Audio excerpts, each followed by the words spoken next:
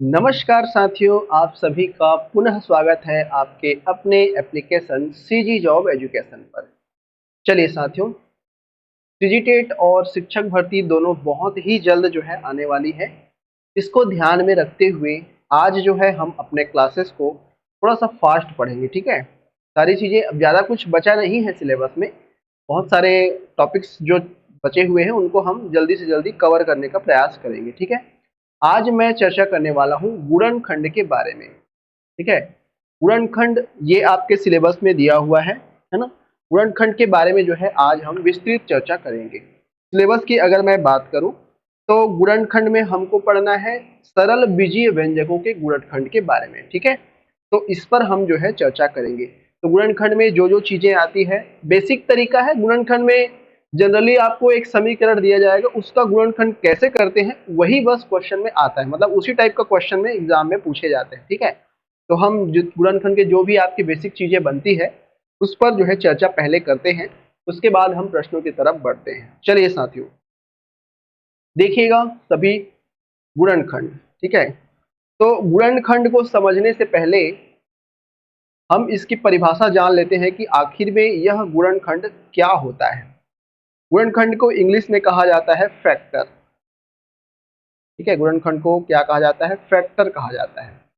गुणनखंड, ठीक है, यानी कोई भी समीकरण दिया हुआ है, हमको क्या करना है? उसको खंडित करना है, ठीक है। उसको हमको बहुपदों में जो है विभक्त करना है, अखंडित बहुपदों में, ठीक है। किसी बहुपद को, और जो देखो जो भी समीकरण आपके दिए रहेंगे है ना, वो भी क्या रहेगा? एक बहुपद रहेगा। उसी बहुपद को अपने को सरल तरीके से विखंडित करना है, अखंडित करना है, किसमें? उसी बहुपद में, है ना। लेकिन सरल शब्दों में, सरल समीकरण में हमको उसको व्यक्त करना रहता है, ठीक है। तो अगर मैं इसको सरल भाषा में कहूं तो किसी बहुपद को दो या दो से अधिक अखंडित बहुपदों के गुणनफल के रूप में व्यक्त करना ही क्या कहलाता है? गुणनखंड कहलाता है, फैक्टर कहलाता है ना। कोई भी बहुपद हमको दिया गया है जो कि ज्यादा घात वाला है, अगर मैं उसको एक ऐसे बहुपद में व्यक्त करूं, ऐसे बहुपद के गुणनफल के रूप में जो है व्यक्त करूं, तो उसको मैं क्या कहूंगा? गुणनखंड कहूंगा। जैसे फॉर एग्जाम्पल, छोटा सा एग्जाम्पल लेते हैं अपन। एक्स स्क्वायर माइनस 4 दिया हुआ है, ठीक है। अब देखो यह एक क्या है? बहुपद है ना। अब मैं बीजगणितीय फॉर्मूले से जान रहा हूं कि ए स्क्वायर माइनस बी स्क्वायर बराबर क्या होता है? ए प्लस बी एक कोष्टक में, और दूसरे कोष्टक में क्या होता है? ए माइनस बी। ये मैं जान रहा हूं बहुपद के, ये मैं जान रहा हूं बीजगणित के फॉर्मूले से। अब यहाँ पे देखो, इसको, इस समीकरण को मैं क्या लिख सकता हूँ? एक्स स्क्वायर माइनस 4, 4 को मैं लिख सकता हूँ 2 का घात 2। अब ये इसमें चेंज हो गया, ए की जगह हमारा x दिया हुआ है और b की जगह हमारा 2 दिया हुआ है। बस इस फॉर्मूले में हम रखते हैं तो ये हो जाएगा x प्लस 2 एक कोष्टक में, और दूसरे कोष्टक में x माइनस 2 हो जाएगा। मतलब ये जो बहुपद है इसको हमने क्या किया? अखंडित बहुपदों में जो है विभक्त कर दिया। इसी को क्या कहते हैं? हम गुणनखंड कहते हैं, सरल शब्दों में, ठीक है। समझ में आ गई सभी को? अब सबसे महत्वपूर्ण पॉइंट आता है यहाँ पे, गुणनखंड करने की कौन कौन सी प्रमुख विधियां हम प्रयोग करते हैं और किस प्रकार से जो है समीकरणों को हम खंडित करते हैं, गुणनखंड उसका करते हैं। तो आइए समझते हैं गुणनखंड करने की विधियां। हेडिंग डाल लेते हैं, गुणनखंड करने की विधियां। गुणनखंड करने की विधि, तो बहुत सारे अलग अलग प्रकार के विधियों का जो है प्रयोग हम यहाँ पे करेंगे। तो कुछ प्रमुख विधियां हैं, उनको मैं यहाँ पे आपको बताऊंगा, ठीक है। सबसे पहला विधि आता है, सबसे प्रथम विधि आता है वर्गांतर बहुपदों का गुणनखंड। वर्गांतर, अभी देखो, अभी जो मैंने आपको बताया वो वर्गांतर वाला था, ठीक है। यानी वर्ग में जो अंतर रहेगा, वर्गांतर, वर्गांतर बहुपद का गुणनफल, वर्गांतर बहुपदों का गुणनखंड। अब देखो, अभी जस्ट मैंने एक एग्जांपल के रूप में आपको बताया था, है ना। तो इसमें क्या होगा? वर्गांतर बहुपदों के गुणनखंड में कोई भी हमको दो पद दिए जाएंगे, कोई भी हमको दो पद जो है दिए जाएंगे, और कैसे पद? बहुपद। तो मान लेते हैं कि ए और बी हमको दो बहुपद जो है दिए हुए हैं, ठीक है, ए और बी जो है दो बहुपद दिए हुए हैं। तब अगर अगर मुझे ए स्क्वायर माइनस बी स्क्वायर इस बहुपद का गुणनखंड करना है तो वह क्या हो जाएगा, ए प्लस बी और ए माइनस बी, इस तरीके से हो जाएगा। मतलब डायरेक्ट हम क्या करेंगे, उस बीजगणितीय फॉर्मूले का, मतलब इस बीजगणितीय फॉर्मूले का हम प्रयोग करेंगे और प्रयोग करके इसका जो है उत्तर प्राप्त कर लेंगे। यानी वर्ग के अंतर के रूप में ये रहेगा, तो इस फॉर्मूले का हम प्रयोग करना है और प्रयोग करने के पश्चात हमको जो भी प्राप्त होगा वही उसका अभिष्ट क्या होगा, गुणनखंड होगा। तो ये तो हो गया पहला विधि। अब दूसरा विधि देखिए, दूसरा विधि देखिए, नेक्स्ट पेज में इसको देख लेते हैं अपन। दूसरा विधि, दूसरा विधि हमारा आता है द्विघात बहुपदों के गुणनखंड। द्विघात बहुपद, अभी हमने जाना वर्ग अंतर, तो उसको डायरेक्ट फॉर्मूले में आपको पुट कर देना है। अगर हमको ये बोला गया कि द्विघात बहुपद के गुणनखंड जो है ज्ञात करिए, और जो भी समीकरण दिया जाएगा वह कैसा होगा, द्विघात समीकरण होगा, तब हम उसका कैसे निकालेंगे आइए समझते हैं। देखो, कोई भी बहुपद द्विघात कब कहलाता है, जब उसका जो व्यापक रूप है वह कैसा हो, a x square plus b x plus c ये दिया हो, ठीक है, मतलब इस फॉर्म में रहे, ठीक है, इस फॉर्म में जब बहुपद रहता है तब उसको हम कहते हैं द्विघात बहुपद, ठीक है, यह इसका क्या है, व्यापक रूप है। अब सर्वप्रथम हम क्या करेंगे, हम सर्वप्रथम क्या करेंगे, देखो ऐसे जब भी आता है पहला पद यानी ए और अंतिम पद यानी सी, इन दोनों का हमको क्या करना रहता है, गुणनफल करना रहता है। पहला पद और अंतिम पद इन दोनों का सर्वप्रथम हमको क्या करना रहता है, गुणा जो है करना रहता है। गुणा करने के बाद है ना, जो भी गुणनखंड मिलेगा इसको दो ऐसे गुणनखंडों में हमको व्यक्त करना है, ठीक है, इसको गुणा करने के पश्चात जो भी हमको गुणनफल मिलेगा उसको हमको ऐसे बहुपदों में, है ना, ऐसे गुणनखंडों में जो है व्यक्त करना होता है, ऐसे दो गुणनखंडों में व्यक्त करना होता है जिनका पहला किस कंडीशन को फॉलो करे, ए प्लस सी का जो मान है वो बी के बराबर हो। अगर मैं पहले और दूसरे जो भी हमने दो संख्या जैसे लिया, ठीक है, तो उन दोनों संख्याओं का जो योग है वह बीच की संख्या यानी बी के जो है योगफल के बराबर होना चाहिए, या दूसरा उसके अंतर के बराबर होना चाहिए, या तो योग के बराबर हो या a माइनस सी बराबर क्या हो, b हो। या तो हम उसको जोड़े तो b का मान आ जाए या घटाए तो b का मान आ जाए। चलिए इसको एक एग्जांपल के माध्यम से समझते हैं, ज्यादा अच्छे से आपको क्लियर होगा। जैसे फॉर एग्जांपल उदाहरण उदाहरण देखिएगा, x square plus 5x plus 6 बराबर, ये हमको एक बहुपद दिया हुआ है, ठीक है, x square plus 5x plus 6 ये हमको एक बहुपद दिया हुआ है। अब यहाँ पे सर्वप्रथम हमको क्या करना है, पहले पद का जो गुणांक है उसको तीसरे पद के जो गुणांक है उसके साथ गुणा करना है। तो पहले पद का गुणांक कुछ नहीं है, मतलब 1 है, तो 1 गुणा हमने क्या कर दिया, 6 कर दिया, यानी ये क्या हो जाएगा, 6x का स्क्वायर हो जाएगा। ये क्या हो जाएगा, 6x का स्क्वायर हो जाएगा। पहले और तीसरे पद को हमने गुणा किया, गुणा करने के पश्चात यह कितना आ गया, 6x का स्क्वायर आ गया। अब हम क्या करेंगे, बीच वाले भाग को यानी 5x को ऐसे दो पदों में विभक्त करेंगे जिनका गुणनफल 6x स्क्वायर आना चाहिए, साथ ही साथ अगर उनको मैं क्या करूं, जोड़ दूं तो वह 5x के बराबर, या तो घटा दूं या जोड़ दूं, वह बीच की संख्या के बराबर आना चाहिए। तो 5x को ऐसी संख्याओं में व्यक्त करो, तो एक तो आ जाता है 3 और दूसरा आ जाता है 2, 3 और 2 को जोड़ेंगे तो 5 आ जाएगा, और 3 और 2 को गुणा करेंगे तो 6 जो है आ जाएगा, ठीक है। अब x लगा है तो हमको x लेनी पड़ेगी, इस वजह से इसका जो गुणनखंड है वह कैसे हो जाएगा हमारे पास, ये हो जाएगा एक्स स्क्वायर प्लस 5x को तोड़ दो तो ये हो जाएगा 3x प्लस 2x, 3 और 2 5 होता है, प्लस 6।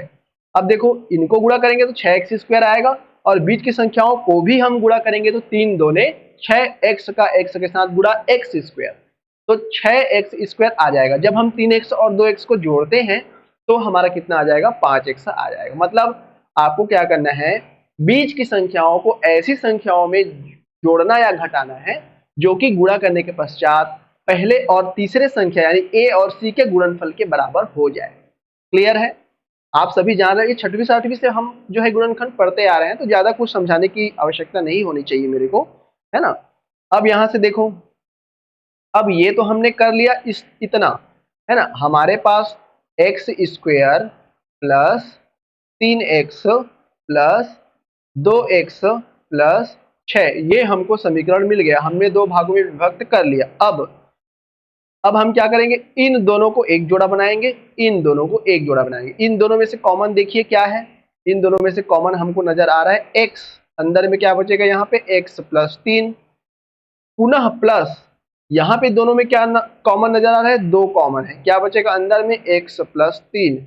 अब फिर से इनमें ये कॉमन है और ये कॉमन है, यानी x प्लस 3 दोनों में कॉमन है, तो अंदर में क्या बचेगा, x प्लस 2।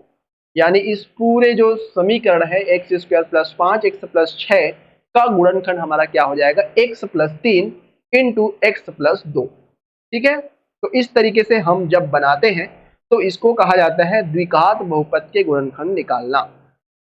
उम्मीद है आपको समझ में आ गई होगी, है ना। तो इस तरीके से हम क्या करेंगे, इसको निकालेंगे। ठीक है, चलिएगा। अब नेक्स्ट इसके बाद आता है शेष फल प्रमेय द्वारा गुणनखंड करना। चलिए तीसरा हम समझते हैं और कौन से टाइप से आपके प्रश्न पूछ सकते हैं। तो तीसरा आता है शेष फल प्रमेय। शेष फल प्रमेय, शेष फल जनरली हम लोग जो दूसरा विधि मैंने बताया है ना, बीच के भागों को दो भागों में तोड़ करके, उसी विधि का हम जनरली जो है प्रयोग करते हैं, है ना। ये भी विधि आप समझ जाइएगा, शेष फल प्रमेय द्वारा गुणनखंड कैसे निकाला जाता है। ठीक है, यदि किसी बहुपद में x की घात 3 या 3 से अधिक है तो उनके गुणनफल शेषफल प्रमेय के द्वारा ज्ञात किए जाते हैं, है ना। अभी हमने जो समीकरण देखा द्विघात समीकरण था, इसमें घात क्या थी, केवल 2 थी, इसलिए जो गुणनखंड मिला वो 2 ही मिला, है ना। अगर घात जो है 3 होगा या 3 से ज्यादा होगा, अगर ऐसे हम समीकरणों को जो है सरल करना है, गुणनखंड करना है उसका, तो उसके लिए हम प्रयोग करेंगे शेषफल प्रमेय विधि। ठीक है, अब देखो फॉर एग्जाम्पल के माध्यम से बताएंगे तो समझ में आएगा।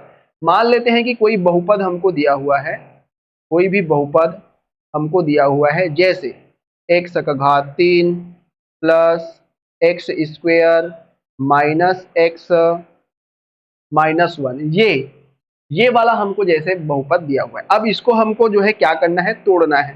तो सर्वप्रथम पहला हम किस तरीके से तोड़ेंगे, सर्वप्रथम तो आपको क्या करना है, x का मान 1 लेना है। ठीक है, x का मान हमको क्या लेना है, 1 लेने पर ये बहुत ही जरूरी क्वेश्चन है। ठीक है, ये शेषफल प्रमेय विधि आप बिल्कुल याद रखिए, शेषफल प्रमेय विधि से गुणनखंड करना, ये आपके एग्जाम में बिल्कुल पूछ सकता है। शेषफल प्रमेय से नहीं पूछेगा, आपको बहुपद दिया जाएगा, ये पूछा जाएगा कि इसका गुणनखंड क्या होगा, है ना। तो ध्यान रखिएगा दोस्तों, x घात 3 plus x² minus x minus 1 ये बहुपद हमको दिया गया है, इसको हमको जो है क्या करना है, इसका गुणनखंड करना है। तो जब भी 3 घात आए बहुपद में या उससे ज्यादा घात आए, तब हम शेषफल प्रमेय जो है प्रयोग करेंगे गुणनखंड निकालने के लिए। तो उसके लिए सर्वप्रथम आपको क्या करना है, जो भी हमको बहुपद दिया जाएगा इसमें x बराबर हम क्या लेंगे, 1 लेंगे। अब इसमें 1 ले लेते हैं, तो ये हो जाएगा 1 का घात 3 प्लस 1 का घात 2 माइनस 1 माइनस 1, सरल कर देंगे, 1 प्लस 1 माइनस 1 माइनस 1, ये से ये कट गया, ये से ये कट गया, यानी पूरे की वैल्यू हमारी क्या आ गई, 0 आ गई। ठीक है, अब देखो इस पूरे की वैल्यू क्या हो गई, 0 आ गई, 0 आ गई, है ना। मतलब हम ये कह सकते हैं, है ना, 0 आ गई, मतलब हम ये कह सकते हैं कि x, हमने x बराबर क्या लिया था, 1 लिया था, ये 0 आ गई, मतलब हम ये कह सकते हैं कि x माइनस 1 क्या है, इस बहुपद का एक गुणनखंड हो सकता है। या इस बहुपद का एक गुणनखंड है, ये हम कह सकते हैं। ठीक है, अब इसको सिद्ध करने के लिए हमको क्या करना है, ये जो गुणनखंड मिला हुआ है ना, अभी हमने जस्ट निकाला इसको, ये गुणनखंड जब हमको मिला तो हम इसको जब सिद्ध करेंगे तो कैसे सिद्ध करेंगे, इस पूरे बहुपद के साथ में x माइनस 1 का भाग कर देंगे। ठीक है, कैसे भाग करेंगे, चलिएगा। भाग करने का तरीका मैंने आपको जो पहला चैप्टर हमने देखा था, कौन सा वाला देखे थे अपन, बीजीय व्यंजक वाला है ना, बीजीय व्यंजकों का योग, व्यवकलन, गुणा एवं भाग, ये हमने जो चैप्टर देखा था उसमें मैंने आपको बताया था कि किस तरीके से जो है भाग दिया जाता है। चलिए, तो x माइनस 1 इधर हम लिख लेंगे और इस तरीके से ऐसे करके भाग देते हैं अपन। ये हो जाएगा x का घात 3 प्लस x घात 2 माइनस x माइनस 1। ठीक है, हम इसको क्या करेंगे, भाग देंगे। अब देखो, भाग देंगे अपन तो सबसे पहले ये एक्स स्क्वायर बार जाएगा, एक्स स्क्वायर बार जाएगा, चूंकि एक्स का घात 3 लाना है अपने को, ये हो जाएगा एक्स का घात 3 माइनस एक्स स्क्वायर को घटाते हैं तो यहाँ पे माइनस, यहाँ पे प्लस, ये दोनों क्या हो जाएगा, कैंसिल हो जाएगा। अब ये हो जाएगा 2x का घात 2। ठीक है, अब यहाँ पे हमारा क्या बच गया, माइनस एक्स बच गया। ठीक है, माइनस एक्स बच गया। अब एक बार हम फिर से क्या करेंगे, प्लस 2x के साथ यहाँ पे इसको अपन क्या कर देंगे, गुना कर देंगे, तो ये हो जाएगा हमारा 2x स्क्वायर और माइनस 2x। ठीक है, ये हो जाएगा माइनस, ये हो जाएगा प्लस, दोनों फिर से कैंसिल हो जाएंगे, तो यहाँ पे प्लस 2x और यहाँ पे माइनस, तो ये हो जाएगा x आ जाएगा। अब माइनस 1 यहाँ पे पुनः उतर गया। ठीक है, अब माइनस 1 केवल एक ही बार में जाएगा, तो ये हो जाएगा प्लस 1, एक बार में चला गया, x माइनस 1 आ गया, पूरा क्या हो गया, कैंसिल हो गया, यानी 0 आ गया इसका आंसर। ठीक है, शेषफल प्रमेय से हमने बताया, शेषफल हमने निकाला, शेषफल इसका क्या आ गया, 0 आ गया। मतलब यह क्या कर रहा है, इसको सिद्ध कर रहा है, प्रूव कर रहा है। ठीक है ना, ये इसको क्या कर रहा है, सिद्ध कर रहा है, प्रूव कर रहा है। मतलब हम ये बोल सकते हैं कि एक गुणनखंड, इस बहुपद का एक गुणनखंड हमारा क्या होगा, x माइनस 1 होगा। नेक्स्ट, अब आगे चलते हैं। तीसरा, पहला हमने क्या करा, पहला हमने x के बराबर 1 लिया। दूसरा हमने क्या करा, दूसरा हमने करा इसको प्रूफ, है ना, प्रूफ करने के बाद तीसरा, इसी में तीसरा, अब देखो इसी में तीसरा हम क्या करेंगे, भागफल जो हमारा मिला है, कौन सा हमारा भागफल आया था, x square plus 2x plus 1, ये हमारा भागफल आया था। इस भागफल को हम क्या करेंगे, अब सरल करेंगे, यानी गुणनखंड करेंगे इसका। ठीक है, अब गुणनखंड कर दो इसका, तो करेंगे तो ये हमारा हो जाएगा, देख लो, x square plus 2x plus 1 दिख रहा है, तो ये हमारा होता है x प्लस 1 का होल स्क्वायर। डायरेक्ट सीधा फॉर्मूले में है ना, अगर आप चाहो तो बीच के भागों को दो भागों में तोड़ करके भी निकाल सकते हो, जो मैंने आपको तरीका बताया है ना। तो यहाँ पे इसको हम, ये हमको स्पष्ट दिख रहा है कि x प्लस 1 का होल स्क्वायर है, या इसको आप ऐसे भी बोल सकते हो, x plus 1 into x plus 1, ऐसे करके, मतलब इसको जब आप गुणनखंड करोगे तो x plus 1 into x plus 1 आएगा। ठीक है, अब हमको इसका पूरा जो है गुणनखंड मिल गया, x का घात 3 plus x square minus x minus 1। इस पूरे का जो गुणनखंड है वह कैसे हो जाएगा, x माइनस 1 तो हमने स्टार्टिंग में निकाल लिया था, उसको हमने प्रूव भी करा।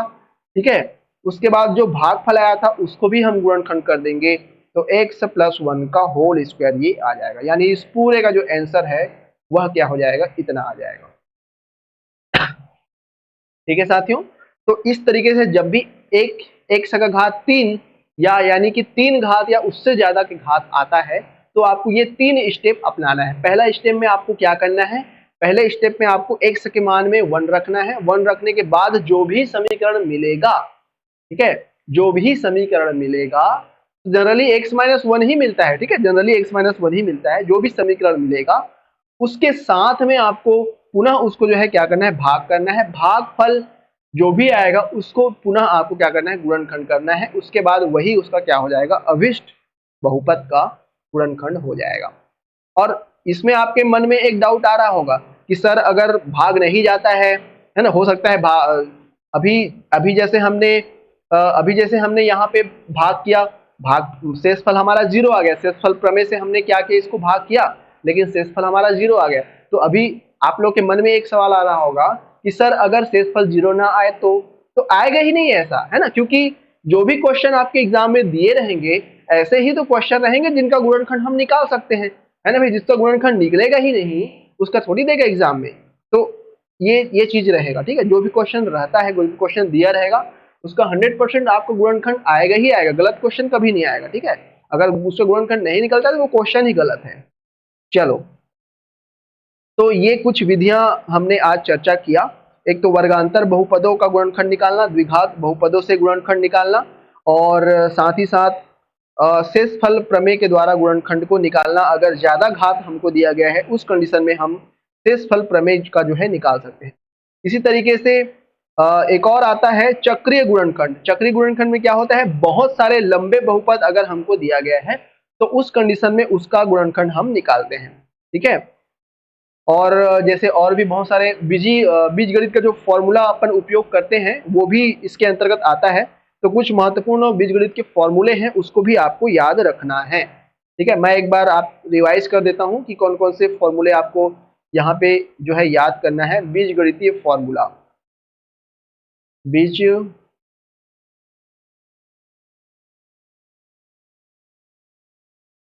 बीजगणितीय फॉर्मूला, कौन कौन से फॉर्मूले आपको जो है याद करना है, इसको देखिएगा। पहला फॉर्मूला आपको मैं नोट्स में जो है प्रोवाइड करा दूंगा, a प्लस बी का होल स्क्वायर। ये तो आप सभी जान रहे हैं, बेसिक फॉर्मूला है, a square plus b square plus 2ab, ये बेसिक फॉर्मूला है हमारा। दूसरा फॉर्मूला, इसी में माइनस वाला भी याद रखना है। तो यहाँ पे जब भी माइनस यहाँ पे लगता है, यानी a माइनस बी का जब भी होल स्क्वायर आता है तो यहाँ पे माइनस हो जाता है। तो इसी को आप लोग इससे समझ जाइएगा। नेक्स्ट फॉर्मूला हमारा आता है a प्लस बी पूरे का घात 3। तो इसको हमको कैसे करना है, प्लस में दिया है तो सभी जगह प्लस रहेगा। a का घात 3 प्लस b का घात 3 प्लस के बाद कर दो 3ab into a plus B. अगर यही माइनस लग जाता, अगर यही यहाँ पे क्या हो जाता, माइनस लग जाता, यानी a माइनस बी का घात 3 हो जाता, तो यहाँ पे माइनस हो जाता है, यहाँ पे माइनस हो जाता, यहाँ पे माइनस हो जाता, यहाँ पे मतलब सब जगह माइनस। अगर प्लस दिया है तो प्लस हो जाएगा, माइनस दिया है तो माइनस हो जाएगा, बस ज्यादा कुछ याद करने की जरूरत नहीं है आपको, ठीक है। तीसरा फॉर्मूला आपको याद रखना है, a square minus b square, A square minus b square. अभी मैंने बताया ए स्क्वायर माइनस बी स्क्वायर का, ए प्लस बी एक कोष्टक में, दूसरे कोष्टक में ए माइनस बी। चौथा फॉर्मूला आपको याद रखना है, सबसे महत्वपूर्ण फॉर्मूला, ए का घात 3 माइनस बी का घात 3। ये बहुत बार यूज होता है ये फॉर्मूला, ठीक है। देखो, तो इस फॉर्मूले के हम दो तरीके से जो है लिख सकते हैं। पहला तो a माइनस बी एक कोष्टक में, दूसरे कोष्टक में हो जाएगा a square plus a b plus b square, ऐसे भी हम इसको लिख सकते हैं। दूसरे तरीके से हम इसको कैसे लिख सकते हैं, ये हो जाएगा a माइनस बी पूरे का घात 3 in plus 3ab into A minus B. ये भी हम जो है लिख सकते हैं। इसी तरीके से प्लस वाला भी एक और आता है, इसी का प्लस वाला, a का घात 3 प्लस b का घात 3, इसी का प्लस वाला भी हमारा आता है। ये कैसे हो जाएगा आपका, ये हो जाएगा a plus b into a square minus a b minus b square. तो देखो, यहाँ पे माइनस में था तो ये वाला प्लस में आया, ये वाला माइनस में आया, यहाँ पे प्लस में है तो ये वाला प्लस में आया, अंदर का माइनस में आया। तो यही चीज, यही डिफरेंस जो है आपको याद रखना है सूत्रों को आसानी से समझने के लिए, ठीक है। हाँ, एक तो यहाँ पे प्लस रहता है ना, एक तो यहाँ पे प्लस रहता है, इसको आप लोग थोड़ा सा गौर करिएगा, ठीक है। अब एक और इसका जो है होता है a प्लस बी पूरे का घात 3 इन minus 3ab minus 3ab into a plus b, ये फॉर्मूला। तो कुछ यहाँ पे बेसिक फॉर्मूले दिए हुए हैं। एक और याद रख लो, ये भी आपके सभी, ऐसा नहीं है कि ये जो बीजगणितीय फॉर्मूला है केवल इसी में काम आएगा, है ना। संख्या पद्धति भी हम पढ़ते हैं वर्ग 3 के लिए, उसमें भी काम आता है आपका, ठीक है। ये वाला फॉर्मूला भी आप एक बार नोट कर लीजिएगा, a प्लस बी पूरे का घात 2 बराबर a माइनस बी पूरे का घात 2 प्लस 4ab। इसी में अगर यहाँ पे माइनस हो जाता यानी a माइनस बी का होल स्क्वायर अगर हो जाता तो यहाँ पे प्लस हो जाता और यहाँ पे माइनस हो जाता। बस ये कुछ फॉर्मूले हैं, इन फॉर्मूलों को आपको जो है याद रख। और भी बहुत सारे फॉर्मूले होते हैं, लेकिन इतना आप जानिएगा, जैसे जैसे चैप्टर चैप्टर आता जाएगा मैं और जो भी फॉर्मूले आपको याद रखना है वो सारी चीजें जो है बताता जाऊंगा। ठीक है साथियों, कोई भी गणित जब भी आप बनाते हो गणित, ठीक है, तो प्रीवियस ईयर क्वेश्चन आप जरूर बनाया करिए। प्रीवियस ईयर क्वेश्चन बनाने से क्या होता है कि हमको एक आइडिया पता चलता है कि इस टाइप के प्रश्न जो है पूछे जाते हैं। और जनरली सीजीटेट में अगर आपने देखा होगा 2011 से 2023 तक का अगर मैं बात करूं, तो सीजीटेट में अक्सर जो है कठिन प्रश्न पूछे जाते हैं अस पर जो शिक्षक भर्ती आता है उसमें। ठीक है, तो शिक्षक भर्ती का इजी आता है, उतना टफ नहीं पूछा जाता। फिर भी हमको टफ और जो लोएस्ट मॉडरेट क्वेश्चन ये सारे के सारे लेकर के अपने को चलना है ना। तो सीजीटेट का पूरा अपन कवर कराएंगे, जितने भी अभी तक एग्जाम हुए हैं सारे अपन क्वेश्चन को उठा करके लेंगे। और साथ ही साथ शिक्षक भर्ती में जो भी क्वेश्चन आए हुए थे वो भी हम उठा करके लेंगे। बहुत ही सरल आता है, गुणनखंड में एक क्वेश्चन जरूर आपको देखने को मिलेगा और बहुत ही इजी जो है पूछा जाता है। अब हम अपने प्रश्न की तरफ बढ़ेंगे और कुछ महत्वपूर्ण प्रश्नों पर विचार करेंगे। चलिए, पहला क्वेश्चन आपके स्क्रीन पे दिखाई दे रही होगी, x square plus 11xy plus 24y का स्क्वायर। देखिए, मैंने जो आपको समीकरण पढ़ाए हैं ना, जिनका गुणनखंड हमने सीखा है यहाँ पे, तो उन्हीं विधियों का हम प्रयोग करेंगे और उन विधियों का प्रयोग करते हुए हम प्रश्नों को सरल करेंगे। देखिए, प्रश्न यहाँ पे दिया हुआ है आपकी स्क्रीन पे, x square plus 11xy plus 24y का स्क्वायर। ये क्वेश्चन हमारा दिया हुआ है। चलिए इसको सरल करने का प्रयास करते हैं। देखिएगा, x square plus 11xy plus 24y का स्क्वायर। देखिए, ये जो बहुपद है, ये जो समीकरण आपको यहाँ पे दिख रहा है ना, जो भी समीकरण हमने सरल किया उसमें केवल एक ही चर होता था। लेकिन यहाँ पे देखिए, अगर हम क्वेश्चन को गौर से देखें तो बीच वाले पद में x और y भी दिया है और लास्ट वाले में y भी दिया हुआ है, यानी x और y दो चर यहाँ पे दिए हुए हैं। तो कोई दिक्कत वाली बात नहीं है। जैसा हमने सरल किया, जो विधियां हमने अपनाई है वही विधि हम प्रयोग करेंगे। चलिए, बीच के भागों को हम दो भागों में तोड़ देते हैं। सर्वप्रथम एक्स स्क्वेयर प्लस 11xy को मैं यहाँ पे लिख सकता हूँ 8xy प्लस 3 ठीक है, इसको मैं लिख सकता हूँ 8xy plus 3xy plus 24y का स्क्वायर। ठीक है,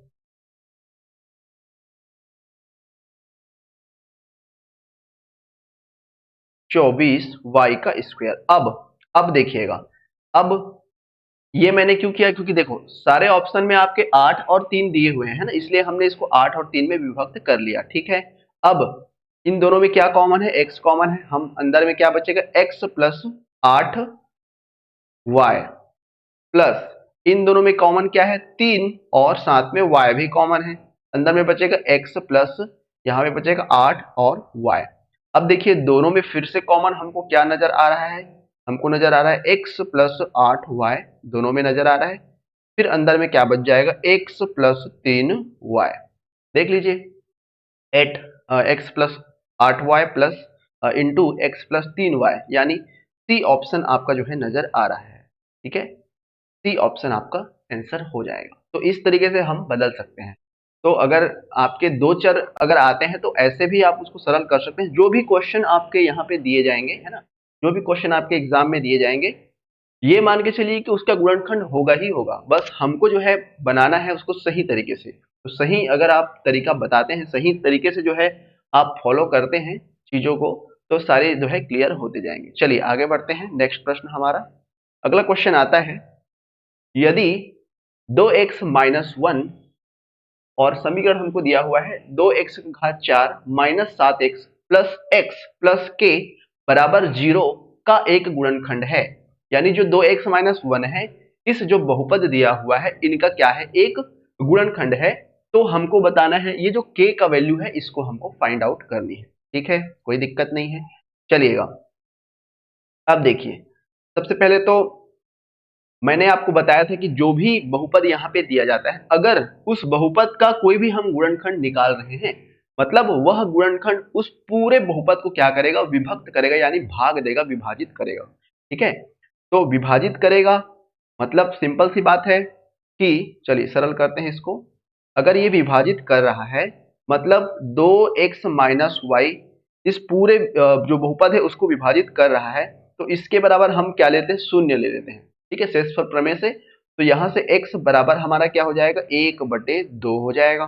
ठीक है, x बराबर हमारा क्या हो जाएगा, 1/2 हो जाएगा। अब हम क्या करेंगे, जो बहुपद दिया हुआ है कौन सा, 2x⁴ minus 7x3 plus x, ठीक है, प्लस के बराबर शून्य। इसमें हम क्या करेंगे, k की वैल्यू को सॉरी x की वैल्यू को हम क्या करेंगे, पुट कर देंगे, फिर हमको k की वैल्यू आसानी से मिल जाएगी। चलिएगा, तो ये हो जाएगा 2 इंटू एक्स, एक्स के जगह पे हम लिख देंगे 1/2, पूरे का घात 4 है, माइनस 7 इंटू एक्स के जगह हम लिख देंगे 1/2, पूरे का घात 3 है, प्लस 1/2 प्लस के बराबर 0।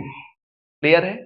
तो जब ये विभाजित कर रहा है मतलब हम इसके इक्वल में 0 मानेंगे, है ना, और मान करके हम क्या करेंगे, x की वैल्यू निकाल लेंगे और उस x के मान को पूरे समीकरण, पूरे बहुपद में रख देंगे, तो हमारा जो k का वैल्यू है वो आसानी से निकल करके आ जाएगा। चलिएगा अब इसको सरल करते हैं। देखिए ये हो जाएगा 1/2 करेंगे तो 16, तो 2/16 हो जाएगा, और 2/16 को मैं लिख सकता हूँ 1/8, डायरेक्ट करना है आपको। ठीक है, तो ये हो जाएगा हमारा 1/8। इसी तरीके से ये हो जाएगा इसका घात 3 करेंगे तो ये 7/8 हो जाएगा, 7 अंदर भी गुणा होगा, 2 का घात 3 करेंगे तो 8 हो जाएगा। ठीक है, प्लस 1/2 प्लस के बराबर 0। अब हम क्या करेंगे, इस पूरे को इधर आगे जो है पक्षांतर कर देंगे। ठीक है,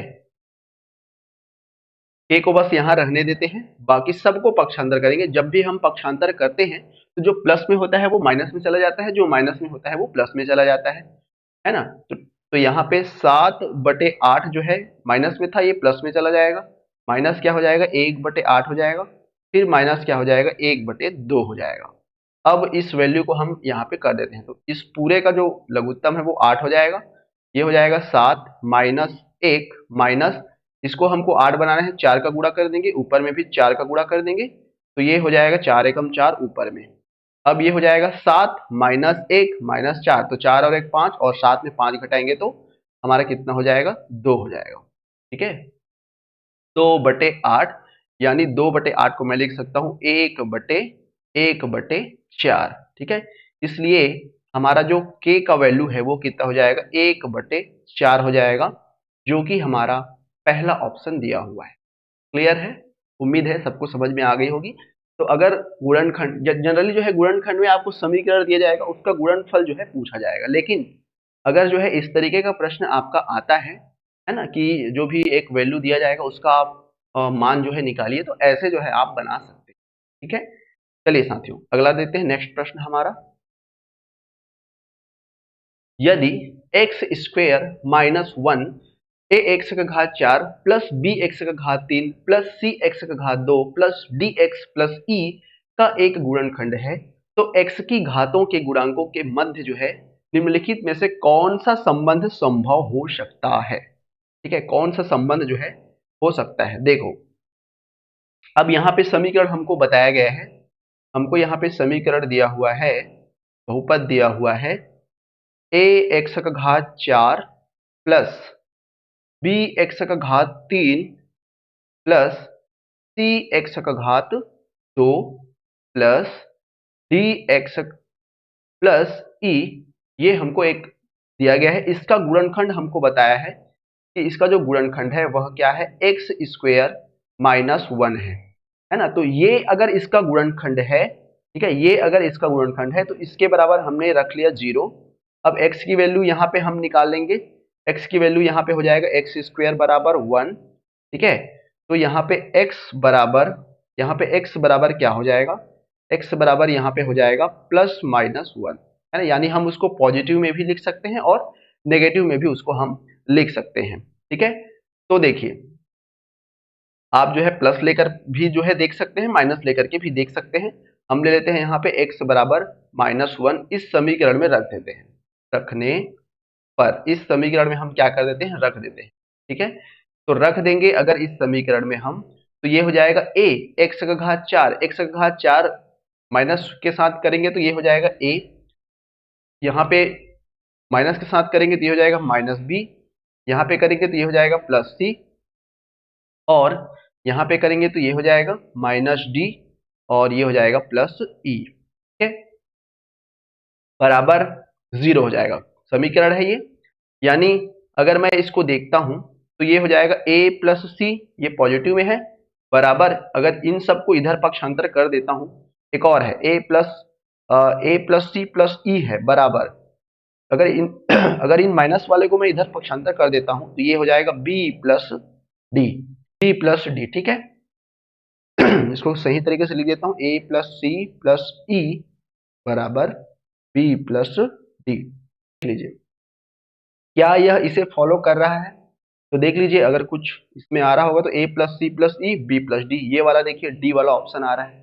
ठीक है, कौन सा आ रहा है हमारा, डी वाला आ रहा है, तो डायरेक्ट आप इसको आंसर मान सकते हो। अगर अगर हमको यहाँ पे मैंने अभी क्या किया था, माइनस लिया था, अब हम प्लस लेकर के देखते हैं। ठीक है, प्लस लेकर के देखते हैं, तो प्लस लेंगे तो ये हो जाएगा a, ठीक है, प्लस ये हो जाएगा b, प्लस ये हो जाएगा c, प्लस ये हो जाएगा d प्लस e बराबर 0। यानी अगर अगर मैं इसको किसी को भी पक्षांतर करता हूँ तो ये नेगेटिव में आ रहा है, जबकि यहाँ पे किसी भी प्रकार का ऐसा कुछ है नहीं, तो ये वाला जो है फॉलो नहीं करेगा। इसलिए जो माइनस वाला अपन लिए हैं उसी से ये फॉलो हो रहा है, क्योंकि हमको ऑप्शन के अकॉर्डिंग जो है आंसर लेनी है, इस वजह से हमारा क्या हो जाएगा, डी जो है करेक्ट आंसर हो जाएगा। ठीक है, क्लियर है। चलिए एक क्वेश्चन और कर लेते हैं, उसके बाद जो बाकी क्वेश्चन है वो अपन नेक्स्ट क्लास में चर्चा करेंगे। चलिएगा, यदि 4y माइनस 1 और y प्लस 4 दोनों जो है p y square plus 15y minus q के गुणनखंड हैं, तो निम्नलिखित में से कौन सा विकल्प सत्य है। देखो, केवल ऐसा नहीं है कि आपको गुणनखंड वाले प्रश्न मिले, है ना, आपको इस तरीके से संबंध वाले प्रश्न भी मिल सकते हैं, सत्यता की प्रमाण करने वाले प्रश्न भी मिल सकते हैं कि कौन सा सत्य होगा, कौन सा संभव हो सकता है, तो दोनों लेकर के अपने को चलनी है। ठीक है, चलिएगा साथियों। ठीक है, तो देखिए इस प्रश्न को देखिए, देखो हमको क्या बताया गया है कि 4y माइनस 1 और 4 y प्लस 4 दोनों क्या है, इस गुणनखंड, इस जो बहुपद दिया हुआ है इसके क्या है, गुणनखंड है ना। तो जब भी हम किसी समीकरण के गुणनखंड जब बनाते हैं तो हम क्या करते हैं, 4y माइनस 1 को 0 के बराबर मानते हैं, और y बराबर हमारा क्या हो जाएगा, 1/4 हो जाएगा। इसी तरीके से दूसरा जो हमारा दिया हुआ है y प्लस 4 बराबर हम 0 मानेंगे, तो y बराबर हमारा क्या हो जाएगा, -4 हो जाएगा। अब इन दोनों को हम क्या करेंगे, सत्यता की प्रमाण इसका करते हैं कि कौन सा सत्य हमारा होगा। तो पहले तो हम इस समीकरण में एक बार y का मान 1/4 रखेंगे, उसके बाद y का मान -4 रखेंगे। ठीक है, दोनों में से जो भी संबंध इस ऑप्शन में आता है वही हमारा आंसर होगा। तो चलिएगा एक बार हम रख देते हैं, पहला वाला हमारा जो संबंध है y बराबर 1/4, यानी इस पूरे समीकरण में, कौन से समीकरण में, p y square plus 15y minus q बराबर 0, इसमें हम क्या कर देंगे, y का जो मान है वो पुट कर देंगे, y का जो मान है वो रख देंगे। चलिए रख देते हैं, तो ये हो जाएगा p इंटू 1/4 का square plus 15 into 1/4 minus Q equal 0। ठीक है, चलिएगा अब ये हो जाएगा p अपॉन 4 चौक 16 प्लस ये हो जाएगा 15/4 बराबर क्यू को उधर अगर मैं ले जाता हूं तो क्यू हो जाएगा। ठीक है, अगर मैं इस समीकरण को देख रहा हूं, ठीक है, तो इसको थोड़ा सा और सरल कर देते हैं अपन। तो ये अगर मैं इसमें 4 का गुणा करता हूं तो ये हो जाएगा p प्लस, ठीक है, ये हो जाएगा 15 चौक 60 बराबर, इसको इधर परसेंट करता हूं तो ये हो जाएगा 16q। ठीक है, अगर मैं p को भी इधर पक्षांतर कर देता हूं तो ये हो जाएगा 16q माइनस p बराबर 60। ये हमको एक समीकरण मिल गया, ये हमको एक समीकरण मिल गया। अब इस समीकरण को याद रखिएगा, अभी ये काम आएगा आगे, ठीक है। अब दूसरा जो हमारा संबंध है, दूसरा जो हमारा संबंध है, देखो ये जो समीकरण आया है इसमें किसी भी प्रकार में हमको नहीं दिख रहा है कोई भी ऑप्शन में, तो इसको हम आंसर नहीं मानेंगे, ठीक है। अब दूसरा जो हमारा है, दूसरा जो संबंध है, यानी हम क्या करेंगे, y बराबर क्या रखेंगे, -4 रखेंगे। अब पुनः रख दीजिएगा, तो ये हो जाएगा p y का घात 2 यानी -4 का घात 2 यानी 16 हो जाएगा। तो सीधा मैं लिख देता हूँ 16p, फिर यहाँ पे 15y, ठीक है। यहाँ पे क्या है 15y, यानी y का मान 4 रखेंगे यानी 15 चौक 60, ठीक है। ये माइनस में हो जाएगा 60 माइनस q बराबर 0। अगर मैं यहां से इसको देखूं, ठीक है, अगर मैं यहां से इसको देखता हूं तो देख लो, इसको इधर पक्षांतर कर दो तो ये हो जाएगा हमारा 16p माइनस क्यू बराबर 60। ये हमारा क्या हो जाएगा, समीकरण 2 हो जाएगा। अब देखो समीकरण 1 भी हमें हमारा कुछ इस तरीके से आया और समीकरण 2 भी हमारा कुछ इस तरीके से आया। अगर मैं इन दोनों समीकरणों को देखता हूं तो दोनों का एक साइड बराबर है, यानी 60 इधर भी है और 60 इधर भी है, ठीक है। थोड़ा सा ये कंजस्टेड हो जा रहा है, मैं इधर आगे लिख देता हूं, है ना, इसको मिटा देता हूं, ठीक है, इसको मिटा देता हूं। इधर तो समझ में आ गया कैसे कैसे आया था। अब देखो हमको दो समीकरण यहाँ पे प्राप्त हुए हैं, है ना, दो समीकरण हमको यहाँ पे प्राप्त हुए हैं। एक तो हमको मिला है 16p minus 60, sorry 16p minus q बराबर 60, 16p माइनस क्यू बराबर 60, और दूसरा समीकरण दिया है 16q माइनस p बराबर 60। दोनों का एक पक्ष बराबर है, तो समीकरण 1 और 2 से हम क्या लिख सकते हैं इसको,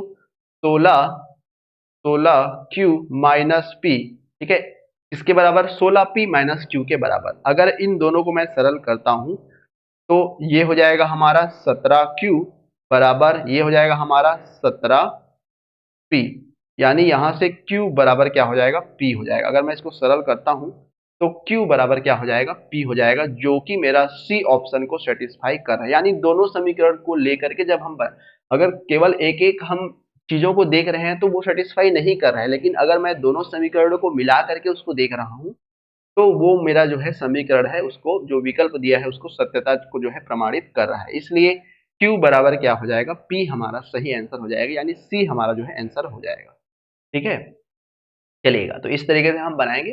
तो अगर इस तरीके से आपका सत्यता प्रमाणित करने वाले प्रश्न आते हैं तो ऐसे आप इसको सरल कर सकते हो। चलिए दोस्तों, मिलते हैं नेक्स्ट क्लास में, कुछ और महत्वपूर्ण प्रश्नों पर हम चर्चा करेंगे। तब तक के लिए देखते रहिएगा, और इसका जो नोट्स है वो आपको हमारे एप्लीकेशन में मिल जाएगा, है ना, क्योंकि ये पेड क्लासेस है तो आपको जो है एप्लीकेशन में जरूर मिल जाएगा, है ना। बाकी जो संपूर्ण ई बुक है वो भी आपको जल्द से जल्द मिल जाएगा, जैसे ही खत्म होगा क्लास संपूर्ण ई बुक जो मैथ्स का है और साइंस का है वो आपको प्रोवाइड कर दिया जाएगा। उम्मीद है आपको सारी चीजें समझ में आई होगी। कुछ और प्रश्न करेंगे, साथ ही साथ हम प्रीवियस ईयर प्रश्नों को पर भी चर्चा करेंगे कि कैसे प्रश्न आपके एग्जाम में आते हैं, क्योंकि एग्जाम में अगर प्रश्न ऐसा आता है वो आपको अगर पहले से मालूम रहेगा कि इस तरीके से प्रश्न आपके पूछे जाते हैं तो उन चीजों पर आप ज्यादा फोकस कर पाओगे, और उन चीजों पर अगर आप फोकस करते हो तो मैथ्स आपके हाथ में है, पूरे 15 के 15 नंबर आपके हाथ में है, ठीक है। चलिएगा, मिलते हैं नेक्स्ट सेशन में, तब तक के लिए धन्यवाद।